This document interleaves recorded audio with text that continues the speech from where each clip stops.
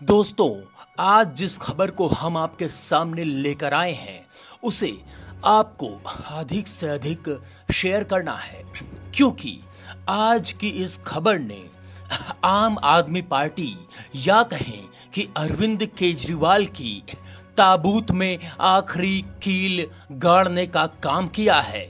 क्योंकि ऐसा मामला पहली बार आया है कि राष्ट्रपति द्रौपदी मुर्मू भी उसमें इन्वॉल्व हो गई हैं। दोस्तों, आपसे अनुरोध है कि इस वीडियो को पूरा देखें, पूरा ना सही तो थोड़ा सा आगे तक जरूर देखें, जिससे कि आपको इंफॉर्मेशन कंफर्म हो जाए। और दोस्तों, हाथ जोड़कर एक आग्रह है, हम देश हित का कार्य कर रहे हैं और बहुत दिल से कर रहे हैं। ऐसे में नीचे दिए गए नंबर पर आप हमें गूगल पे, पेटीएम या फिर किसी भी यूपीआई के माध्यम से हमें सहयोग करें। चलिए अब हम सीधा खबर पर चलते हैं। दोस्तों, राष्ट्रपति द्रौपदी मुर्मू ने आम आदमी पार्टी के नेताओं मनीष सिसोदिया और सतेंद्र जैन के खिलाफ एफआईआर दर्ज करने की मंजूरी दी है। यह एफआईआर दिल्ली सरकार के स्कूलों में कक्षाओं के निर्माण से जुड़े कथित 1300 करोड़ रुपए के घोटाले से जुड़ा है।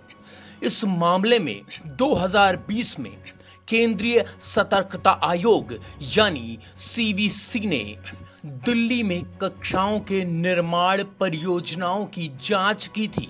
सीवीसी की रिपोर्ट 17 फरवरी 2020 को जारी हुई थी, जिसमें दिल्ली सरकार के विभिन्न स्कूलों में 2400 से अधिक कक्षाओं यानी कि 2400 से अधिक कक्षाओं के निर्माण में महत्वपूर्ण अनियमितताओं को उजागर किया गया।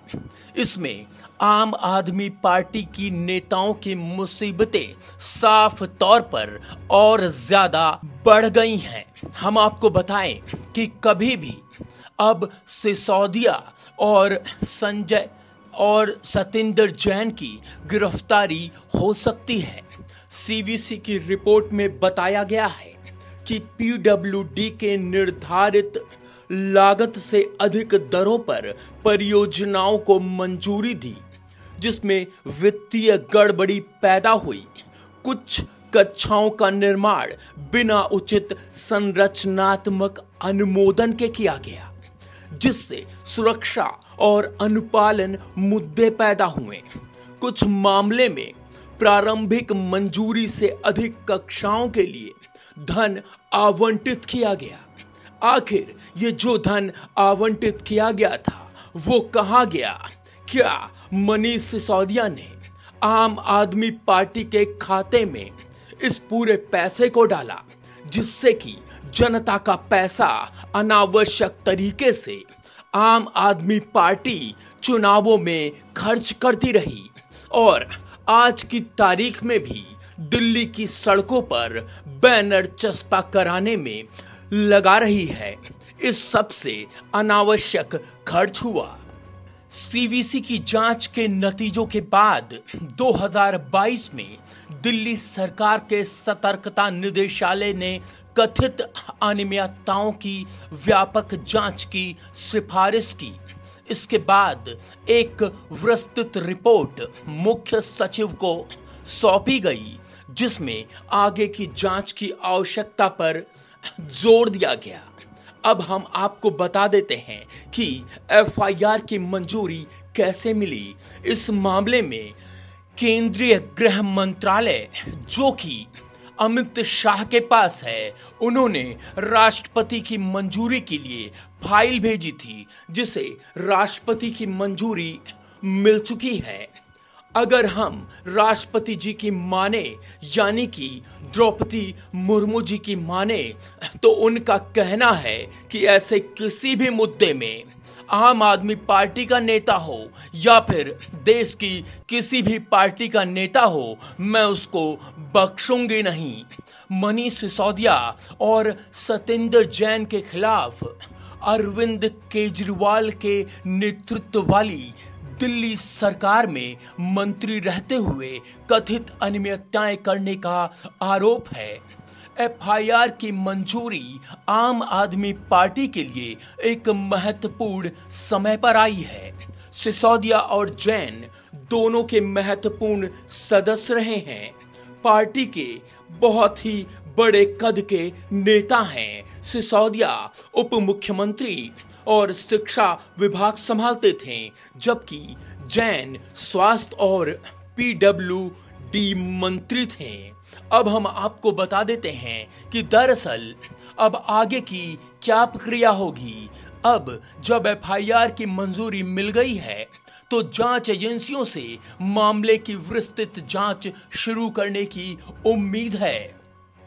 इस प्रक्रिया में परियोजना दस्तावेजों, वित्तीय रिकॉर्डों और कच्चा निर्माण परियोजनाओं से संबंधित अनुबंधों की जांच शामिल होगी। दोस्तों, कमेंट्स बॉक्स में आप बताएं, क्या सिसोदिया और जैन पूर्ण रूप से इसमें जुड़े हैं या नहीं। सिसोदिया और जैन को इस परियोजनाओं से संबंधित निर्णय लेने की प्रक्रिया में उनकी भूमिकाओं को स्पष्ट करने के लिए बयान देने के लिए बुलाया जा सकता है।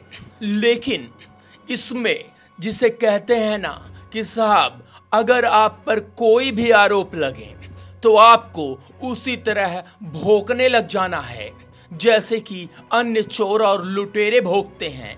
अब आप भी सोच रहे होंगे, हम खबरिया चैनल होकर ये भोंकने जैसी शब्द का प्रयोग क्यों कर रहे हैं। अरे, शिक्षा के नाम पर अगर किसी ने इस तरह का कुकर्म किया है और राष्ट्रपति जी जो कि देश के सर्वोच्च पद पर बैठी हैं, उन्होंने सब कुछ जांच परख कर अगर जांच के यानी एफआईआर के आदेश दे दिए हैं तो हम कौन होते हैं नकारने वाले।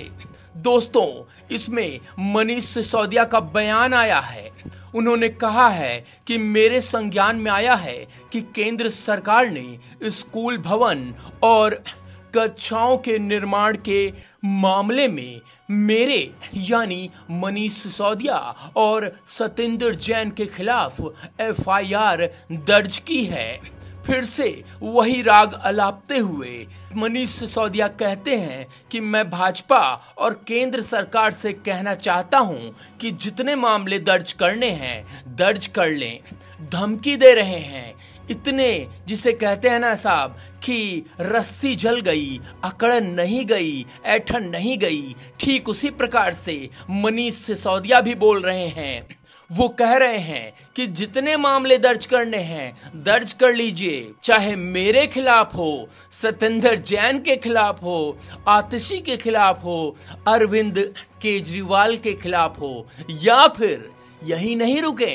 उन्होंने कहा कि आम आदमी नेता के, पार्टी के नेता के किसी के भी खिलाफ हो, हम भाजपा के सामने झुकेगा नहीं साला। ये पुष्पा राज जैसे एक्टिंग कर रहे हैं, लेकिन शायद इनको पता नहीं कि आज तक जिस तरह से राजनीतिक दल अपने कुकर्म करके बचते आए हैं, उनमें नरेंद्र दामोदर दास मोदी के नेतृत्व वाली सरकार जो ये कहती है न खाऊंगा न खाने दूंगा, ये इससे शायद ये वाकिफ नहीं है और हो सकता है अगले चुनाव की तैयारी कर रहे हों। ज्यादा समय नहीं है जब पंजाब में चुनाव होंगे। जी हां दोस्तों, 2025 का मार्च महीना खत्म होने जाएगा, उसके बाद सीधा 2026 फिर 27 में ही